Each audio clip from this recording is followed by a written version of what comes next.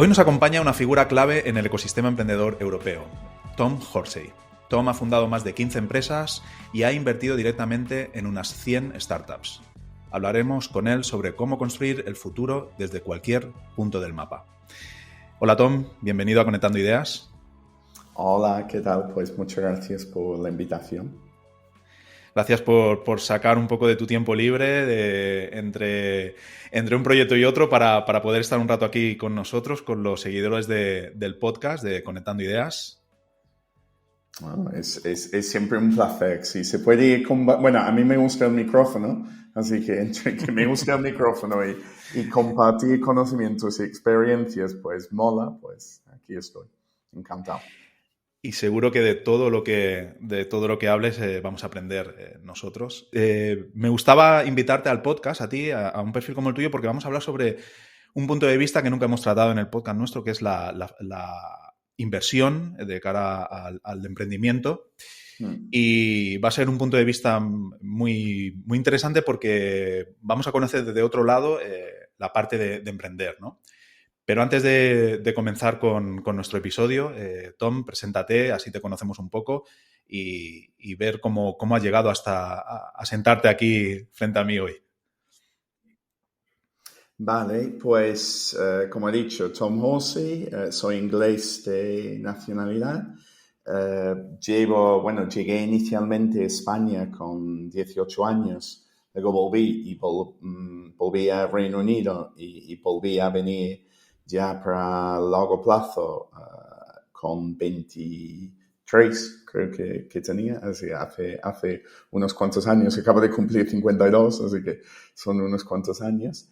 Y soy emprendedor, yo creo que quizás más que inversor emprendedor, aunque ahora son las dos caras del negocio. Emprendedor inicialmente de temas de marketing digital, sobre todo hice algunas locuras, es decir, que en estos años ya voy por 15 distintos negocios, entonces, bueno, ha habido un poco de todo ahí metido. Pero bueno, sobre todo eran temas de marketing digital y publicidad online, que siempre hemos llevado, siempre casi todas las empresas más importantes han sido con sedes en Andalucía, uno en Huelva, uno en Marbella y uno en Sevilla. Digo la más importante porque hay algunos negocios que montas que quizás son 5 personas, 10 personas y tal, ¿no? Que no son tanto comparado con otros, ¿no? Y luego sí es verdad que tuve una empresa y una oficina bastante grande en Buenos Aires, pero bueno, eso es una cosa aparte, ¿no? No era lo normal, ¿no? Y hace como 10 años a tiempo completo, hace 15 años me llegó un sueco a mis oficinas y me invitó a invertir en su empresa. Y como estamos ganando beneficios y tal, era, 2 semanas de beneficios que él me pedía. Y bueno, vale, pues en 2 semanas ya lo he hecho y pasamos a volver a tener o dividendos o subir, digamos, el balance de la empresa, ¿no? Reteniendo los beneficios. Y 2 años más tarde, 2 años y medio más tarde, pues una segunda empresa, no sé cuánto. Pues eso seguía hasta que eran unos 66 a nivel, digamos, personal, sin digamos, una estructura realmente detrás, o estaba empezando a construir una estructura. Y luego, pues, mientras tanto pasé por una fase invirtiendo fondos del Fondo Europeo de Inversiones, que es la línea de inversión en capital riesgo del Banco Europeo de Inversiones.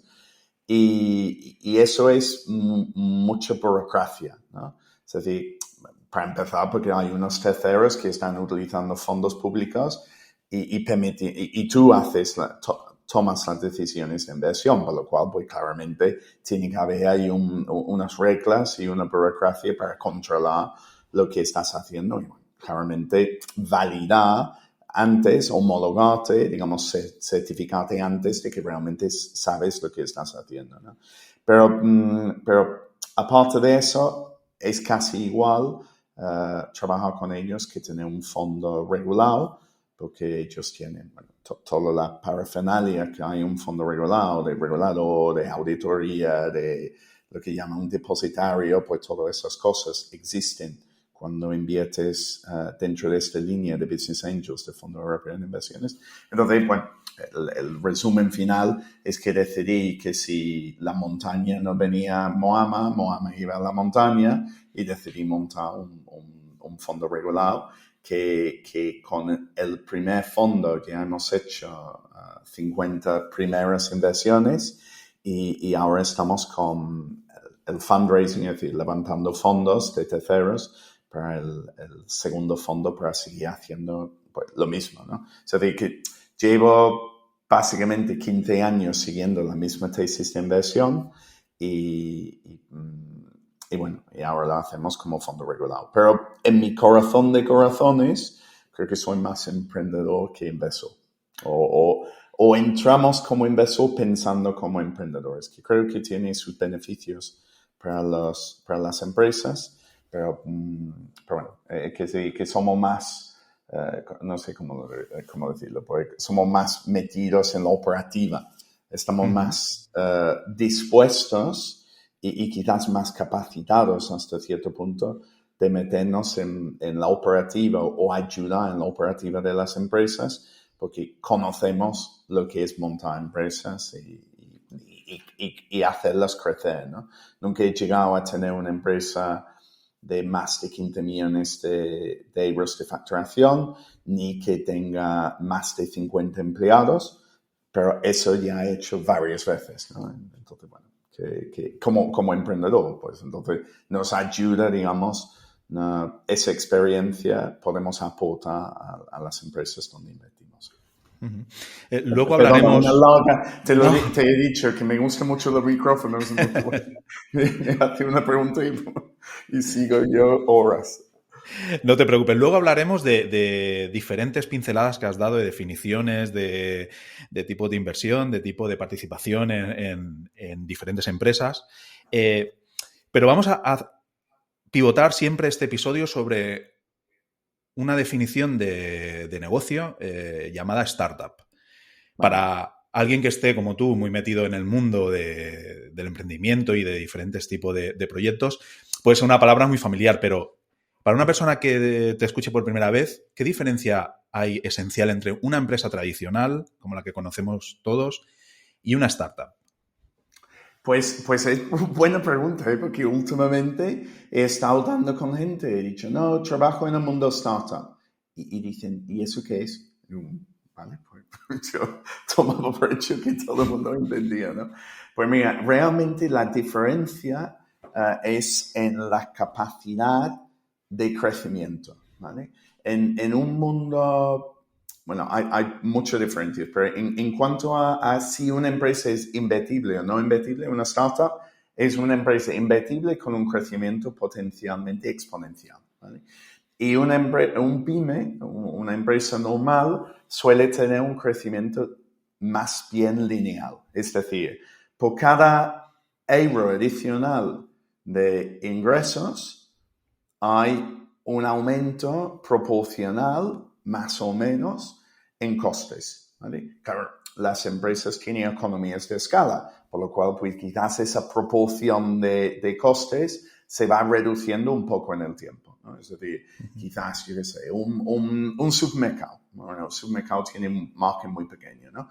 Pero vamos a decir un supermercado. El supermercado, si aumenta sus ventas, tiene, digamos, más o menos un 8% de margen variable sobre los productos que venden en el supermercado, y eso es más o menos estable, pero claro, tiene unos costes fijos que son las instalaciones, la red de suministro, los almacenes, medio fijos, medio variables los empleados que tienen en el supermercado. Entonces, con cada euro adicional, con cada persona adicional que entra,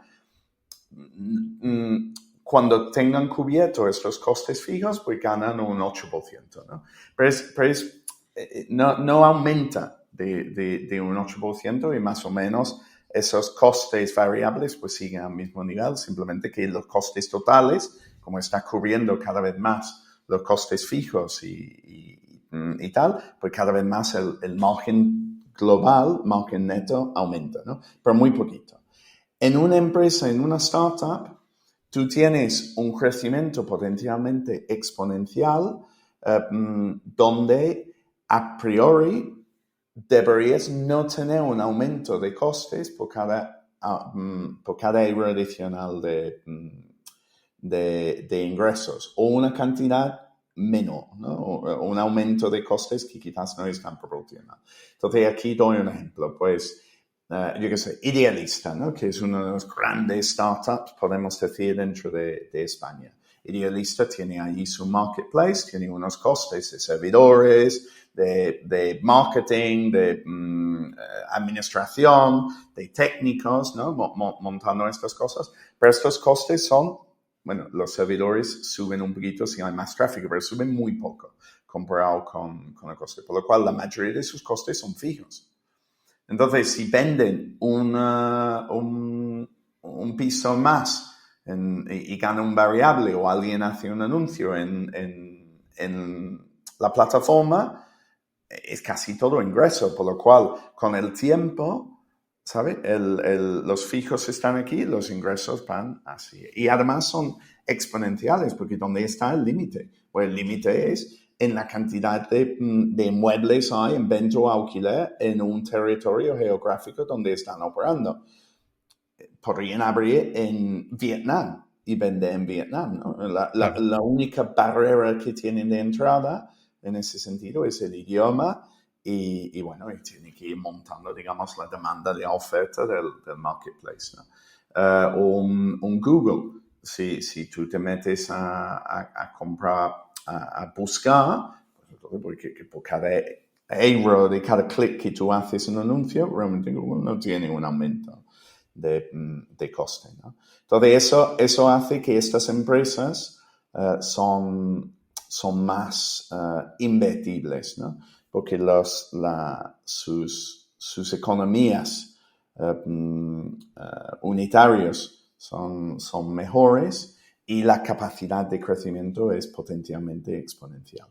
Es verdad que luego tienes un mundillo gris donde pues quizás no son tan exponenciales o no son tan, digamos, o ese crecimiento que he dicho de costes es un poquito más lineal con el aumento de facturación.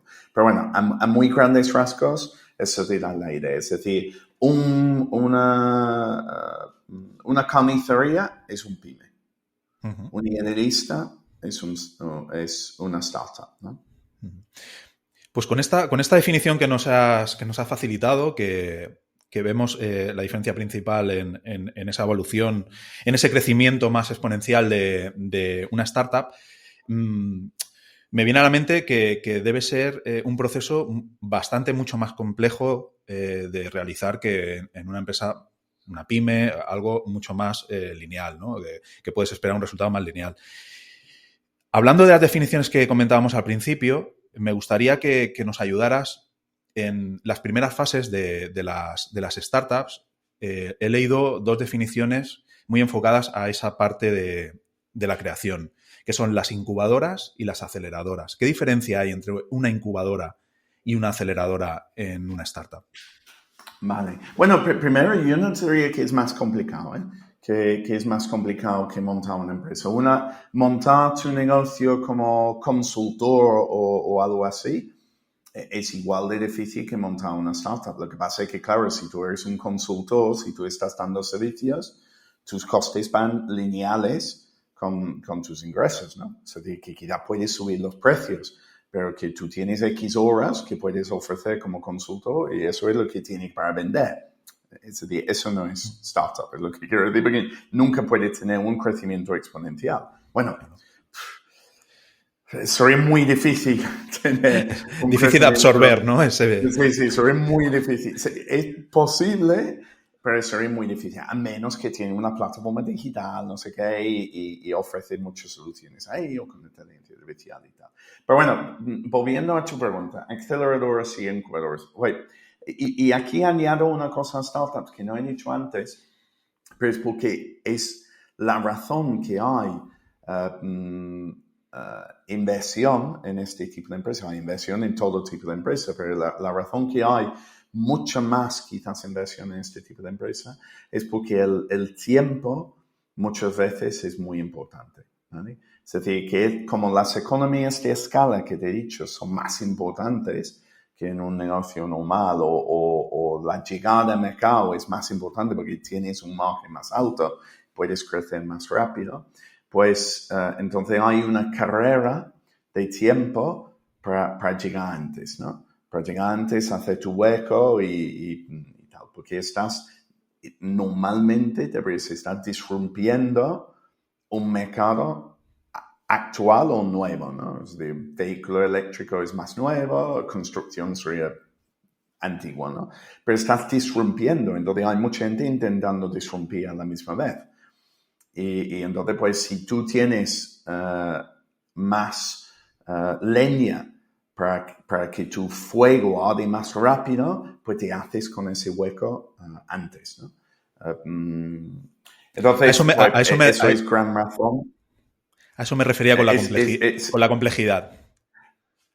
Vale. Eso sí es verdad, que hay más carrera, y es verdad que hasta cierto punto los fondos, la cantidad de dinero que tienes, se convierte en una ventaja competitiva, ¿no? Porque puedes correr más rápido. Es como un atleta metiéndose esteroides, pues corre más rápido, entonces gana. Bueno, en atletismo, pues no permitimos eso por esta razón, porque en el mundo startup se busca, ¿no? Y además los medios de comunicación dicen que guay, hemos levantado rondas y tal, ¿no?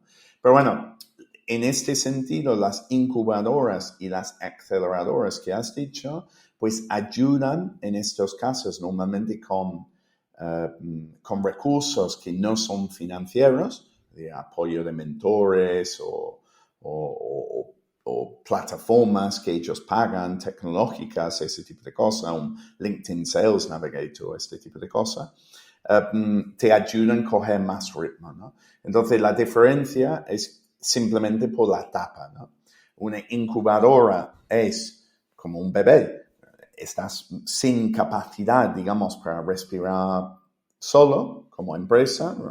El inicio del proyecto, que todavía no tienes clientes o no tienes un producto definido o no tienes un equipo ya montado. Y un acelerador es que es una vez que ya empiezas a tener esas piezas que son fundamentales para cualquier negocio, pues te ayuda a ir más rápido, ¿no?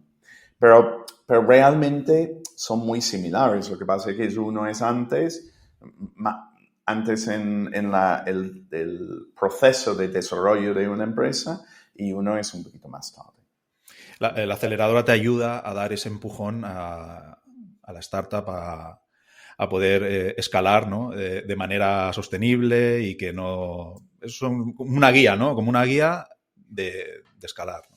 Esa es la idea, ¿no? Que hay veces que, bueno, como todo en la vida, tiene que elegir bien, porque depende de los servicios que ellos te ofrecen. Hay algunos aceleradores muy buenos. Nosotros colaboramos mucho con Lanzadera, que es la más conocida en España, que es la aceleradora de Juan Roy.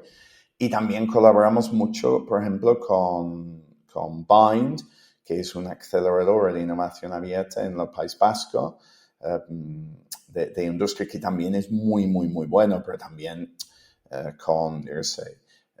que no es tan aceleradora, pero sí tiene servicios de aceleración como Infomurcia, allí en Murcia y tal. So que colaboramos con Open Future en Extremadura, en Andalucía. So colaboramos con muchos.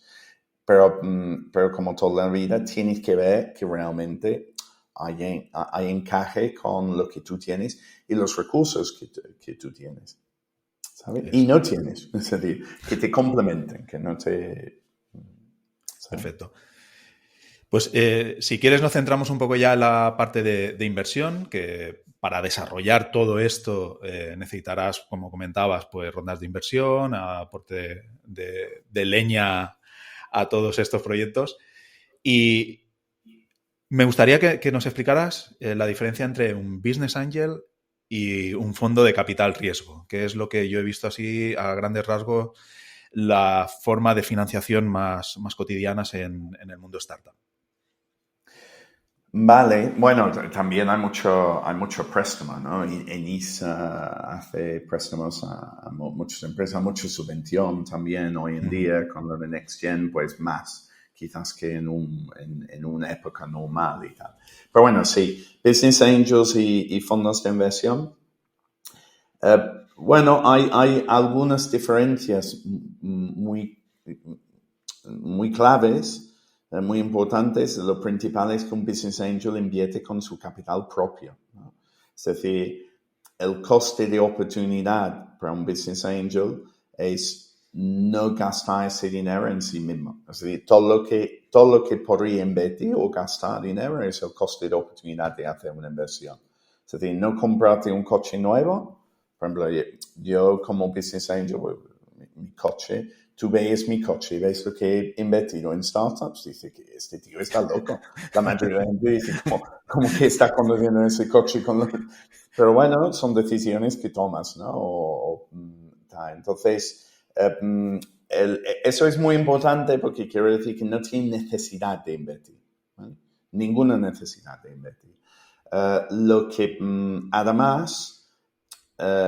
otra diferencia, como es su capital propio y que no corresponde a nadie, no tiene que dar explicaciones a nadie, menos quizás su pareja a la hora de cenar, es que puede tomar una decisión muy rápido, ¿no? Que puede tomar una decisión en un instante. Vale, lo voy a hacer. Y 5 minutos más tarde quizás ha hecho el ingreso, ¿no? No es normal, pero podría ser. Igual que comprar un coche. Este coche me gusta, tengo el dinero en el banco, voy, lo compro, ¿vale? Es decir, que puede ser una cosa de minutos, o días, o como muchas semanas. Y luego, como es capital propio, pues normalmente no hay tanto como un fondo de inversión, porque un fondo de inversión es la agregación de muchos inversores, por lo cual, pues como norma, tiene más dinero, ¿no? Pero, a menos que eres un Jeff Bezos, un Elon Musk o lo que sea, ¿no?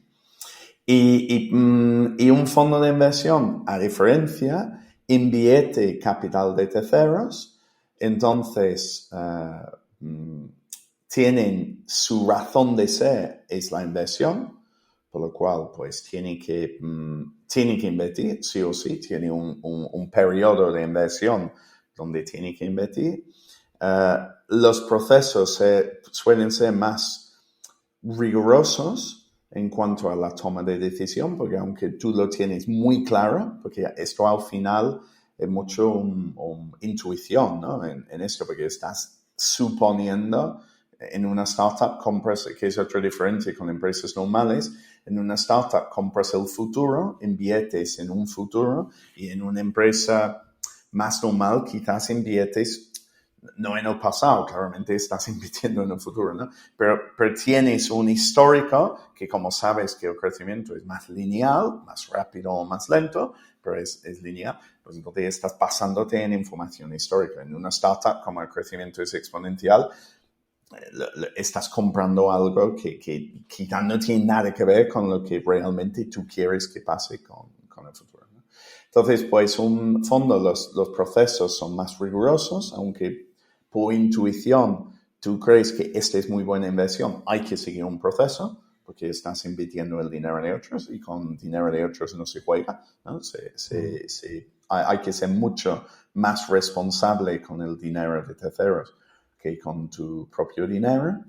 Y también como suelen tener más acceso a fondos, pues hacen más inversiones decimos, de seguimiento, ¿no? Es decir, no solo el primer ticket de inversión, pero sigue haciendo inversión en el tiempo. Y luego, otra cosa quizás muy importante es que en la inversión en startups es súper importante entender tu tesis de inversión. En qué inviertes, de qué forma inviertes, qué proporcionas solo dinero, aporte de valor, en qué sectores inviertes, en qué geografías, en qué etapas, con cuánto dinero, con qué valoraciones. Hay un montón de parámetros que es tu tesis de inversión. Pues como Business Angel puedes saltar eso cuando te da la gana, ¿no? Porque es tu decisión, por eso digo, no respondes a nadie. Aunque tengas una tesis, lo puedes saltar. No es quizás lo más recomendable porque montas tu tesis por alguna lógica, entonces estás saltando la lógica, pero bueno, a veces eso puede salir bien, ¿no? Pero como fondo, los inversores que tú tienes en el fondo han invertido en esa tesis. Es decir, que tú no puedes cambiar la tesis de inversión, porque ellos han confiado en lo que tú has dicho que vas a hacer. Entonces, pues, eso ayuda hasta cierto punto hasta las empresas. Yo se lo digo muchas veces, porque una empresa buscando financiación, si analiza bien la tesis de inversión del fondo, sabe exactamente qué necesita. Entonces, tú puedes adecuar en un momento dado tu negocio a las necesidades o la tesis de inversión de un fondo. Igual que si estás buscando una venta. Si tú estás buscando una venta y tienes muy claro a qué empresas puedes vender, tú sabes perfectamente cómo complementar lo que ya tienen. Porque si tú ofreces lo mismo que tu comprador, exactamente igual, van a decir, ¿por qué te compro? O te voy a pagar muy poco porque no me aportas nada. Ahora, si tú aportas algo que no tienen, van a tener más interés en comprarte y te van a comprar por un valor más alto, ¿no? Uh-huh. Y tú cuando inviertes a nivel individual como Business Angel, comentabas al principio que, dado tu faceta emprendedora, te gustaba participar. ¿Es un requisito en tus inversiones personales participar de alguna manera en las ideas o en el desarrollo de ese negocio? Bueno, seguimos la misma tesis como fondo, por lo cual la tesis como Business Angel y fondo es básicamente igual. Mejorado, lo de fondo es una versión mejorada de todos los aprendizajes que tenía como Business Angel. Vamos a ver, en cuanto a la pregunta en concreto, no es una necesidad que nosotros aportemos valor más allá del dinero. Es decir, si el emprendedor no necesita y no quiere apoyo, pues no lo vamos a forzar, ¿no? Sí es verdad que si no tenemos capacidad de aportar valor más bien del dinero, entonces no vamos a invertir. Es decir, nosotros, una cosa que hemos aprendido con el tiempo es que cuanto más podemos ayudar a una empresa, mejor sale, más rentable sale la inversión, ¿no? Que es muy lógico si lo piensas, porque una empresa, una startup en sus etapas tempranas, que son las etapas donde nosotros invertimos, tienen muy pocos recursos. Cuando digo recursos, muy poca gente. Entonces, si hay muy pocas personas y nosotros llegamos, somos un equipo de 8 personas como fondo y como Business Angel, pues como te digo, iba montando el equipo, pero bueno, realmente eran 2, 3 personas, si incluyo al abogado que es interno, ¿no? Pero como fondo somos 8. Entonces, no digo que estemos, tenemos muchos participados, ¿no? Acabo de decirlo, que tenemos 50 participadas en el primer fondo y en el segundo fondo vamos a tener 50 más. Algunos mueren por el tiempo y algunos vendes, ¿no? Por lo cual no aumenta 50, 51, 52, puede ser 50, baja 45, 50, 46, no sé qué, no sé cuánto, ¿no?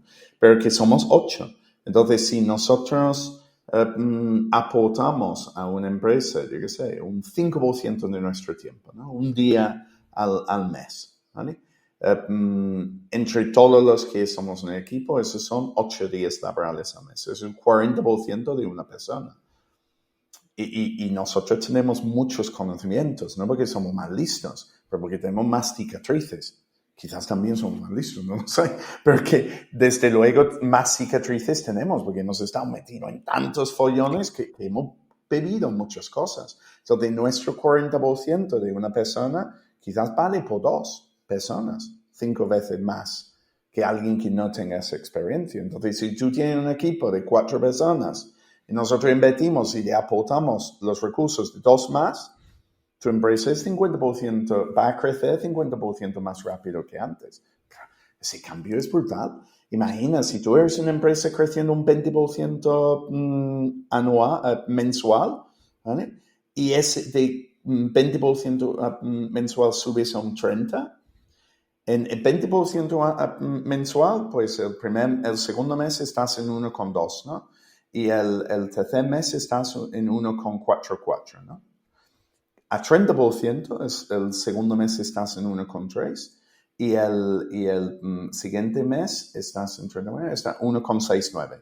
Así que ha pasado de 44% de crecimiento en 2 meses a 69% de crecimiento. Y eso es compuesto, por lo cual la diferencia a un año es que no, mi cerebro no es tan bueno para, bueno, con una calculadora te hago un instante, ¿no? Pero quiero decir que la diferencia es enorme entre una cosa y otra. Por lo cual, si invertimos, queremos ser capaces de aportar valor. ¿Qué quiere decir eso? Pues invertimos en sectores que conocemos, en equipos donde somos más complementarios, en etapas que conocemos y tecnologías que conocemos mejor. Ahora, sí es verdad que después de tantas inversiones, terminamos siendo básicamente agnósticos. Porque tú me dices, pues, biotecnología, pues no es nuestro punto fuerte.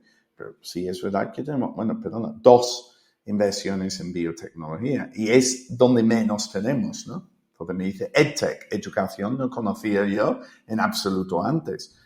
Educación hoy en día, pues tenemos 7 participadas. Y algunos desde hace años, donde hemos aprendido mucho. Aparte de que 80% de los problemas en cualquier empresa son iguales. Da igual el sector, la tecnología y tal. Quizás cambien un poquito más por etapa, ¿no? Es decir, cuando tú tienes ya directivos de departamentos y tal, es un poquito distinto que cuando estás al principio, ¿no? Pero es más por etapa que por tecnología o sector, el tipo de problema a lo cual te enfrentas. Y la seguridad con que afrontaréis esos problemas, ¿no? Con toda la experiencia que comentas que tenéis en esta batalla, ¿no? En el día a día, la experiencia que aportaréis. A nivel personal, si tienes 2 proyectos que cumplen todos los checks, todo perfecto, tu tesis de inversión, ¿qué característica te hace decantarte más por una idea que por otra? Pues nosotros tenemos, claro, analizamos proyectos de todo tipo, ¿no? Como te digo, más o menos lo único que tiene en común es la etapa. Y aún así eso cambia. Tú tienes empresas que tienen un producto mínimo viable sin facturación y empresas que vienen con un producto mínimo viable y 60.000 euros de facturación mensual, ¿no? Son 2 bichos distintos, pero en digamos, en misma etapa más o menos, ¿no? Es decir, etapa temprana. Entonces, intentamos comparar manzanas, plátanos, piñas, naranjas, todos a la vez, ¿no? Entonces, tenemos unos criterios objetivos que analizamos y esos son, pues, tracción, margen bruto, nivel de crecimiento, valoración y cómo encajan esas cosas juntos, ¿no?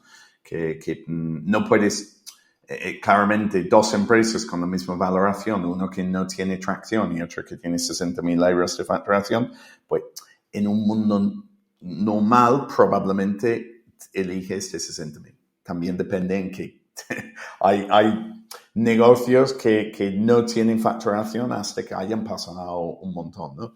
Biotecnología, productos médicos, ¿no? Que tienen que pasar por un montón de fases hasta que pueden empezar a vender por razones legales, ¿no? Entonces, pues no es 100% el caso, pero más o menos para que tú entiendas.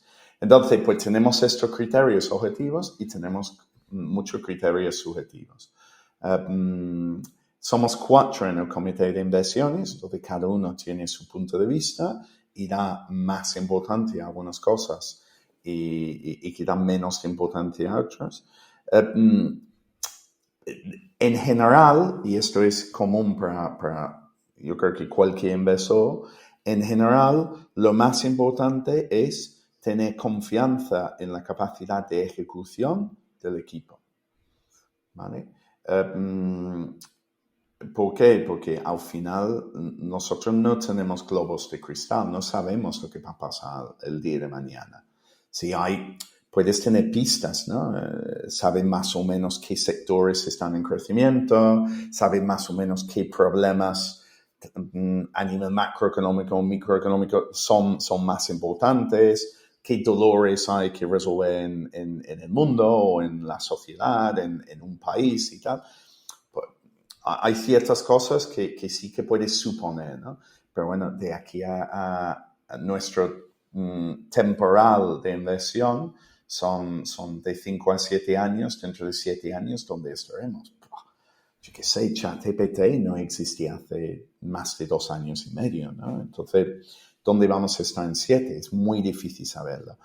Pero lo que siempre ha sido verdad, y será verdad mañana, y fue verdad seguramente en la época de los romanos, es que gente que son capaces de ejecutar bien van a encontrar su camino. Entonces, y van a encontrar un camino de más óptimo a alguien que no ejecuta bien, ¿no? Entonces, pues nosotros lo que realmente intentamos identificar son equipos ejecutando con capacidad de ejecutar bien resolviendo problemas que son lo suficientemente importantes que personas van a pagar para la solución y que tienen futuro. Es decir, que no se van a resolver mañana, es decir, que hay un mercado, ¿no? Creciendo que va a existir dentro de 7 años. Entonces, si cumple con esos requisitos, es lo fundamental. Entonces, normalmente la decisión va sobre eso.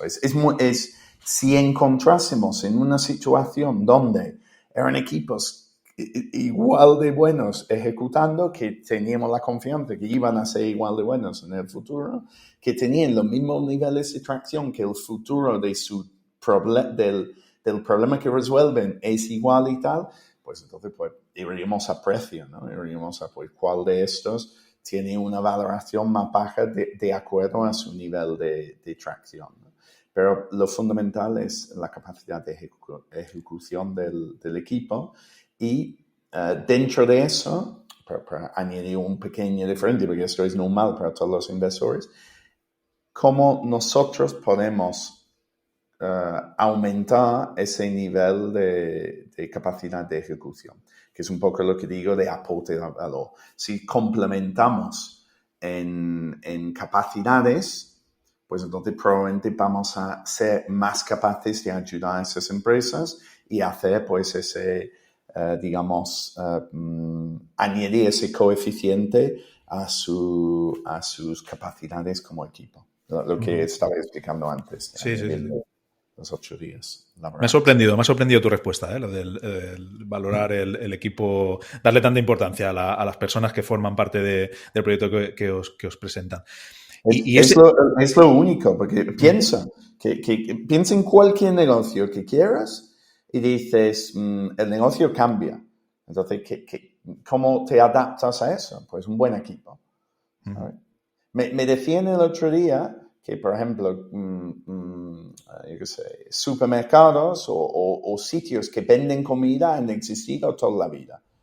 Yo acabo de volver de Extremadura, pues en Mérida hay unas ruinas romanos y dice, aquí estaba la carnicería, aquí estaba la frutería.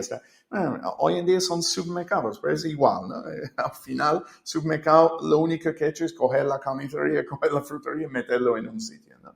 Pues me decían el otro día que Mercadona tiene su propio sistema de cobro por si algo pasa como lo que pasó el lunes, ellos siguen siendo capaces de cobrar. Eso es capacidad de ejecución. Que alguien haya pensado qué va a pasar si en un momento y nosotros vamos a seguir, porque si no pueden cobrar, no es solo que ellos no pueden cobrar, que no hay negocio, que no pueden comprar comida. Claro. Entonces, es una cosa súper importante. Eso es capacidad de ejecución. Entonces, ¿sabes? Y Y al crecer tan exponencialmente, ¿cómo logras que ese equipo, esa startup no pierda su esencia, su propósito, su disrupción con la que iniciaban los primeros pasos? ¿Es difícil? ¿Generalmente se van adaptando o podéis seguir ese camino que tenéis marcado desde el principio con facilidad? Bueno, yo creo que eso depende mucho, eso realmente ya es una cuestión más bien de cultura de empresa, ¿no? Y la cultura de empresa bien depende de, a cierto punto, los integrantes del equipo y cómo los eliges y cómo los formas y cómo los tratas, ¿no? Si una empresa tiene muy claro cómo, a qué tipo de persona quiere contratar y tiene muy claro su cultura de empresa y su objetivo y su propósito, como bien dices, pues al final todo el equipo, cada nueva persona sigue la misma cultura que la anterior. Es un poco como Amazon, ¿no? Que dice siempre día uno, ¿no? Que yo creo que utilizaban puertas antiguas para hacer mesas y ese tipo de cosas para intentar inculcar esto de que, oye, somos una empresa siempre en el día uno, siempre estamos buscando, luchando para vencer, ¿no? Para satisfacer a nuestro cliente. Siempre nada es una regla que no se puede romper si hay una solución mejor a ese tema. Entonces yo creo que hay culturas que tú como emprendedores eres capaz de meter. Claramente, personas en una empresa añaden capas de complicación. Las personas somos complicadas. Y somos complicadas, pues entonces con muchas personas hay más complicaciones, ¿no? Pero pero no veo que necesariamente tienes que perder para nada ese propósito y esa cultura. De hecho, normalmente las empresas mejores convierten la cultura de empresa en una ventaja competitiva, ¿no? Entonces, un buen ejecutor, volvemos al equipo, ¿no? Un buen equipo ejecutando, pues van a resolver ese problema. Y un buen equipo ejecutando, si no son capaces de hacerlo ellos, van a encontrar personas y van a incorporar personas al equipo que sí. Que dentro de ser buenos ejecutando, yo creo que una de las características importantes también es la humildad, ¿no? La capacidad de aprender, la humildad de entender que nadie es lo mejor haciendo nada, casi, ¿no? Puede ser el mejor quizás en una cosa. Sí, yo lo hablaba el otro día, digo, Mozart era muy bueno en música, me habría gustado verle en la cocina. Pero seguramente era un desastre. No lo sé, en la cocina o haciendo bricolaje, pero seguro que era un desastre en otras cosas. De hecho, sí. Los libros y las cosas que encuentran estaban medio locos, ¿no? Pero como música, brutal. Entonces, pues todos somos así, ¿no? ¿Qué es lo que dicen que decía Einstein, que no era él, pero bueno, que hasta un pez se siente torpe si le dices subir un árbol o no sé qué, ¿no? Que en agua, brutal, increíble, puede nadar, le dices sube un árbol y dice, bueno, ¿cómo? ¿No? Entonces todos tenemos nuestras capacidades y tenemos que entender dónde no somos tan buenos como quizás otra persona. Es la base de la delegación y lo que hace que empresas funcionen bien, ¿no? Porque las empresas al final, lo de Adam Smith, ¿no? La fábrica del el pin, no sé, nos dice, pero que cada uno tiene su sitio.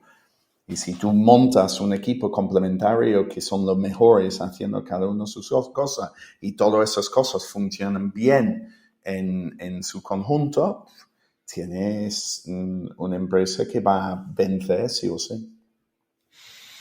Muy bien. Tus proyectos, en varios de tus proyectos, abogas por el emprendimiento fuera de las grandes hubs, Madrid, Barcelona. Estás apostando muy fuerte por emprendimiento fuera de ahí.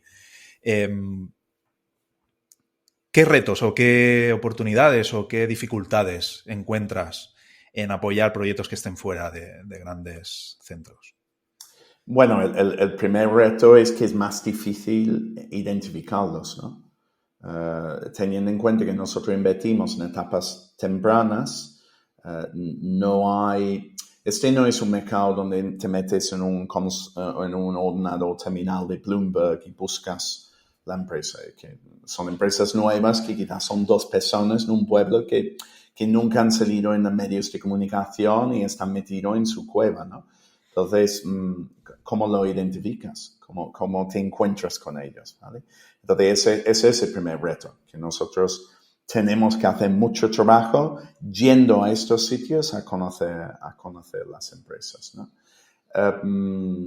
El siguiente reto como emprendedor es que es más difícil montar un negocio donde no estás muy cerca al talento, sobre todo el talento senior, a los clientes claves y los proveedores claves, ¿no? Y los partners estratégicos claves. Acabamos de estar en Badajoz, ¿no? En Badajoz está muy lejos de la mayoría de los clientes y proveedores para tu servicio, ¿no? Entonces, ese es un reto para los emprendedores. Y luego hay un reto en cuanto a la venta, porque nosotros invertimos para vender al final, ¿no?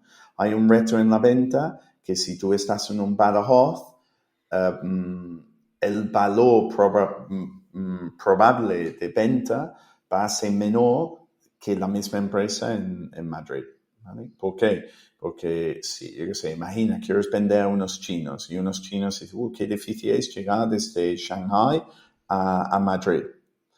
Y si piensan que encima de que lleguen a Madrid, luego tienen que coger el coche o el tren y llegar a Badajoz, es como, ay Dios, ya era bastante llegar. Entonces es un impedimento a que te compren. Claro, si tienes la mejor empresa del mundo, te van a comprar, pero aún así vas a tener menos competencia en la compra, por lo cual el valor de compra va a ser menor, ¿vale? Pero el valor de entrada también es menor.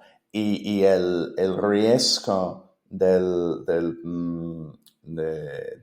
cierre de la empresa también hasta cierto punto es menor, porque los costes suelen ser más bajos. Entonces, con la misma cantidad de financiación, tiene más tiempo para encontrar sus clientes y su mercado, ¿no? Entonces, es un mundo distinto. Es decir, que si tú estás en San Francisco, tú inviertes para encontrar unicornios, ¿no? Empresas que valen 1.000 millones, ¿no? Porque hay mucha inversión, hay mucho talento, hay mucho acceso a eso, a los clientes, a los proveedores, a no sé qué, no sé cuánto, y es más posible que una empresa se haga unicornio. Lo mismo en un Londres, un París, un Barcelona o un Madrid, ¿no? Si tú estás en un Badajoz, es mucho más complicado. Pero eso no quiere decir que no puedes crear buenas empresas y no pueden ser muy rentables como inversores. De hecho, nosotros estamos en el top 25 de resultados a nivel global en fondos de inversión. Y nosotros estamos invirtiendo en empresas que entendemos que pueden terminar vendiéndose por 20, 30, 50 millones. Pero claro, si invertimos en una valoración inicial, el promedio en el primer fondo entre las 50 empresas era 2.270.000 euros, pero que esas empresas hoy en día tienen una facturación media mensual de 106.000 euros. Es decir, que son buenas empresas. Por lo cual, pues sí es posible que se lleguen a vender por 7, 10, con suerte 20 veces EBITDA. Y si tienen EBITDA de 2 millones y venden por 20 veces EBITDA, es decir, cuando lleguemos al momento de la venta, pues lo venderemos por 40 millones. Si hemos invertido a 2,27 inicialmente, luego hace seguimiento y las valoraciones van subiendo, ¿no?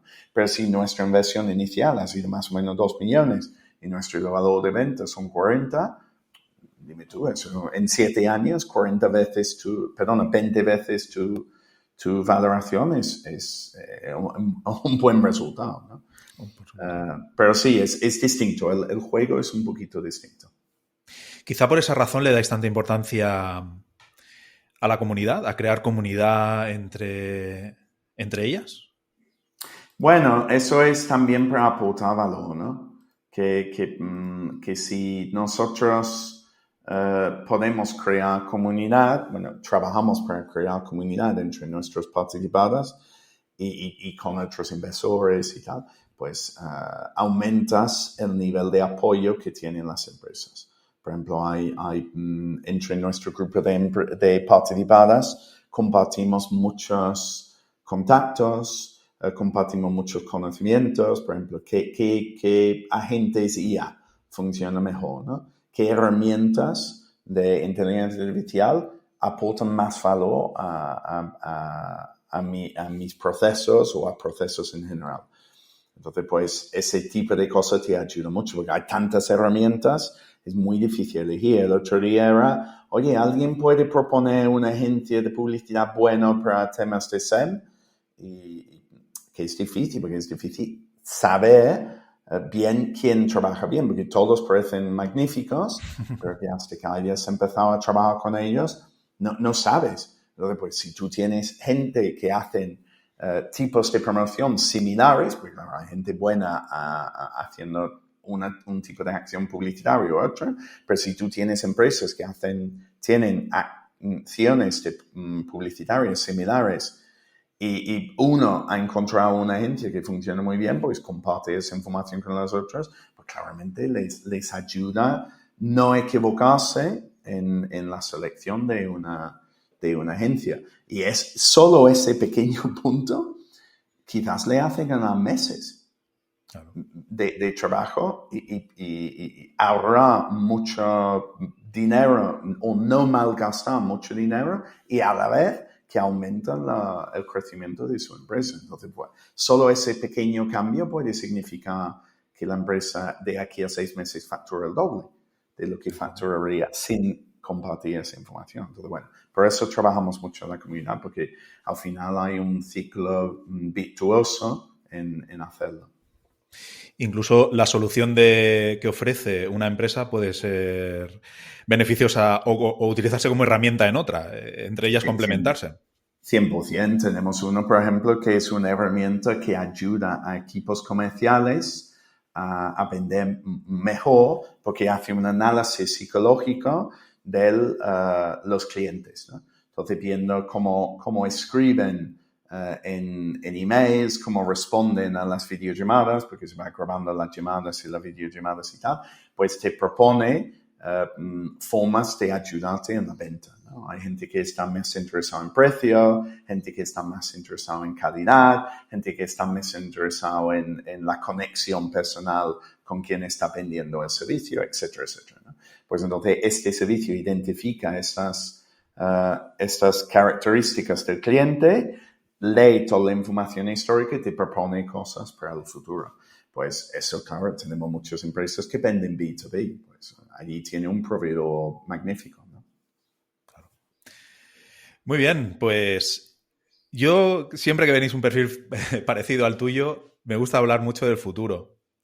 Tú que ves tantos proyectos, que te presentan tantas nuevas ideas, tan disruptoras, tan diferentes, ¿hacia dónde nos dirigimos?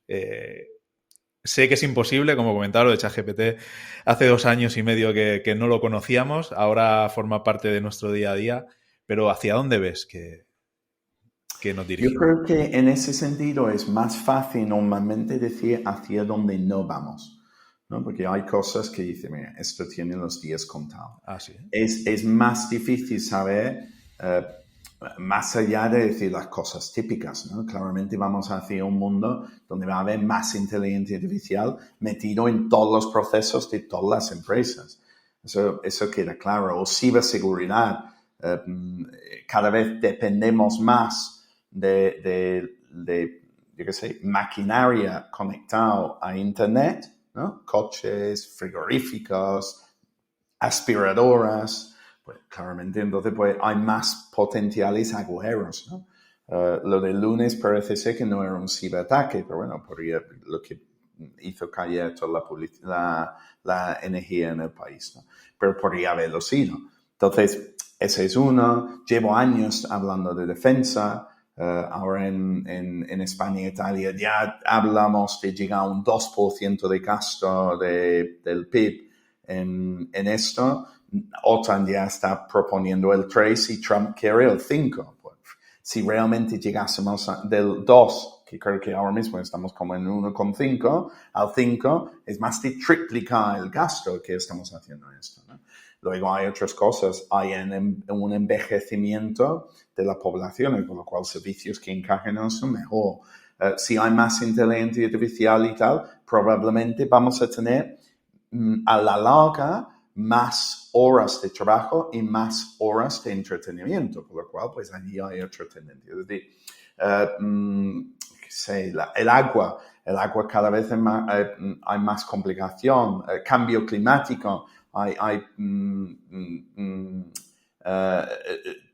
tiempo más extremo, más frío, más calor, no sé qué. Hay un montón de cosas, transición energética, yo qué sé, hay un montón de cosas que al final tendencias que cada uno puede tener más o menos sentido. Pero digo, más allá de eso, creo que es más fácil decir cosas que no van a ir a más, ¿no? Combustión, el motor de combustión interna. Eso tiene sus días contados, ¿no? Está claro. La salud se va a hacer más digital, por lo cual pues hay que adaptarse a esto, ¿no? Los sistemas actuales, hablando de salud, los sistemas actuales que existen son muy en el día a día, cuando tú vas al médico y tal, está muy anticuado. Allí podría haber un cambio brutal. Vas al médico de cabecera y muchas veces ves médicos con la puerta abierta esperando que lleguen gente y el médico tuyo tiene una cola de 5 personas. Pues balanceo de trabajo, Dios, que no es tan difícil. Se hace en todos los negocios, pues no se hace ahí. Pues eso antes o después se va a cambiar. Es decir, que hay muchas cosas que puedes identificar como retos a futuro y tal, ¿no? Pero bueno, hay tantos que es difícil dar esa respuesta de una forma muy concreta, ¿no? Ahora, ya para finalizar, no te quiero robar más tiempo, me gustaría hacerte una pregunta. Este podcast lo escucha mucha gente que tiene una idea de negocio, quiere comenzar a emprender, le falta dar ese último paso, ¿no? Para decidirse. Una persona que tenga una gran idea, pero no tenga un equipo, no tenga financiación, ¿qué consejo le darías hoy en día, bajo tu experiencia? ¿Qué primeros pasos debería dar? ¿Cómo debería informarse? ¿A dónde debería ir? ¿Pero para buscar financiación o para lanzar su negocio como tal? Sí, para lanzar su idea, escalarla y bueno, iniciar. ¿Cómo arrancar? ¿Cómo le aconsejarías qué pasos debería dar? Vale, bueno, quizás lo primero es que las estadísticas demuestren que un equipo complementario de 3 personas, bueno, o de más de uno, pero el número mágico son 3, tiene mayores probabilidades de éxito. Es decir, yo creo que los equipos de 3 complementarios, no me acuerdo la cantidad exacta, pero puede ser que tengan 50% más probabilidad de éxito que un negocio que no tenga un equipo complementario de 3, ¿no? Por lo cual, eso sería lo primero. Elegir bien tus compañeros de viaje, que sean complementarios si puede ser, en todos los sentidos. No solo en sus capacidades y sus conocimientos, pero también en sus características humanas, ¿no? Que os complementáis como personas. Igual que cuando estás buscando una pareja, ¿no? Emocional, romántico. Eso sería quizás lo más clave.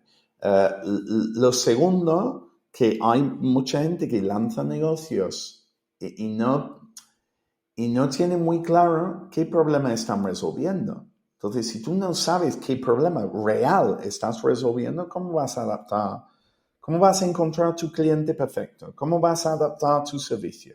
Tienes que tener muy claro qué problema estás resolviendo. Y tienes que tener muy claro que ese problema es lo suficientemente grande que que tus clientes van a pagar por ellos y van a pagar lo suficiente por ello. Y que hay bastantes clientes que están dispuestos a pagar lo suficiente, ¿verdad? Para que realmente puedan montar un negocio. Parece lo más básico del mundo y hay muchísima gente que se equivocan en eso, ¿verdad? No piensan en qué problema resuelven, se lanzan al mercado y no están realmente resolviendo un problema, o no lo resuelven de una forma distinta a quien tiene a su lado, ¿verdad? Por lo cual le hace muy difícil a quién ataco, cómo me diferencio, no sé qué, no sé cuánto.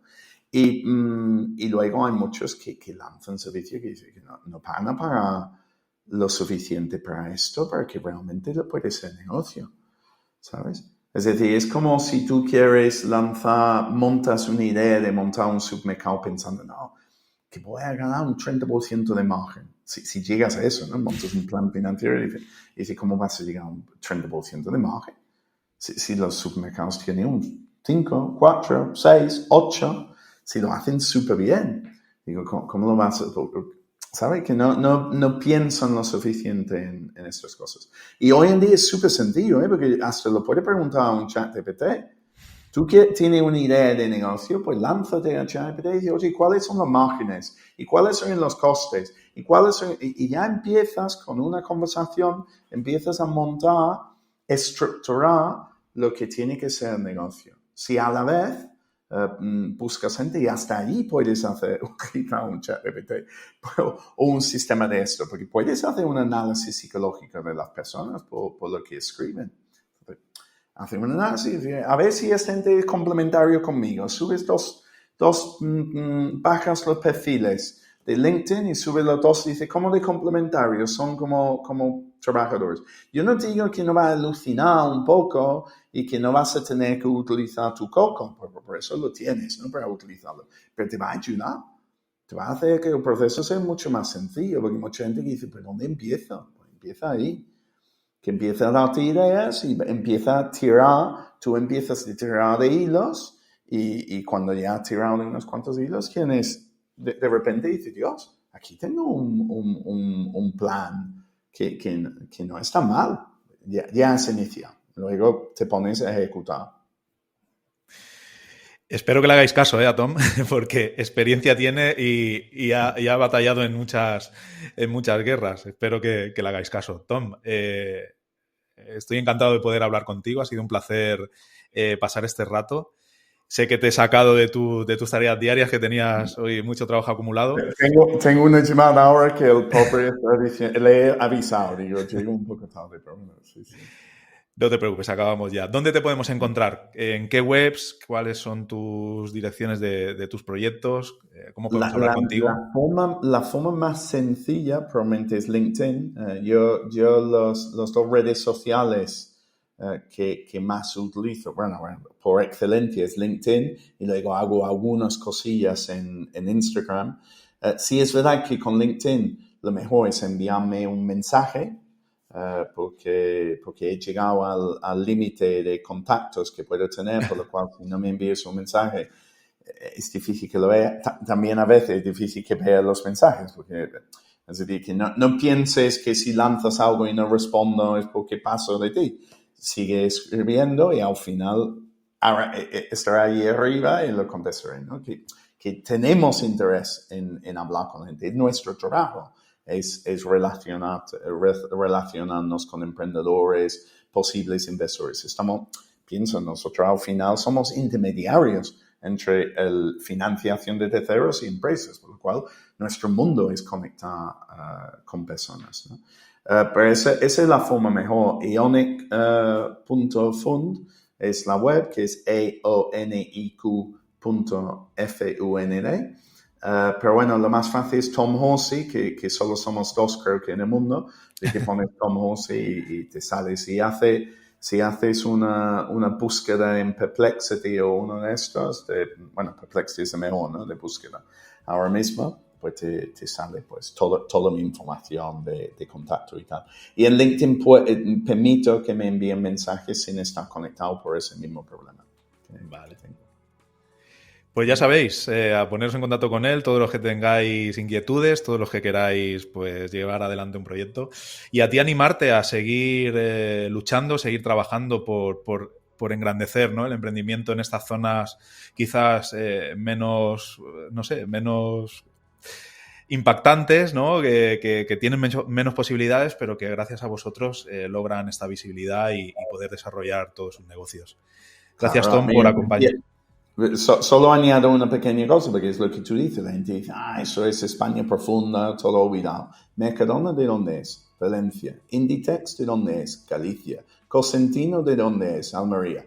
BBVA y Santander, del norte, ahora de Madrid, ¿vale? Pero Santander, Banco Bilbao, Vizcaya, es decir, que son negocios, muchos de los grandes negocios de este país vienen de estas zonas. Es simplemente que se nos ha olvidado, ¿no?, un poco de que sea así. Pero bueno, en fin, muchísimas gracias por la entrevista.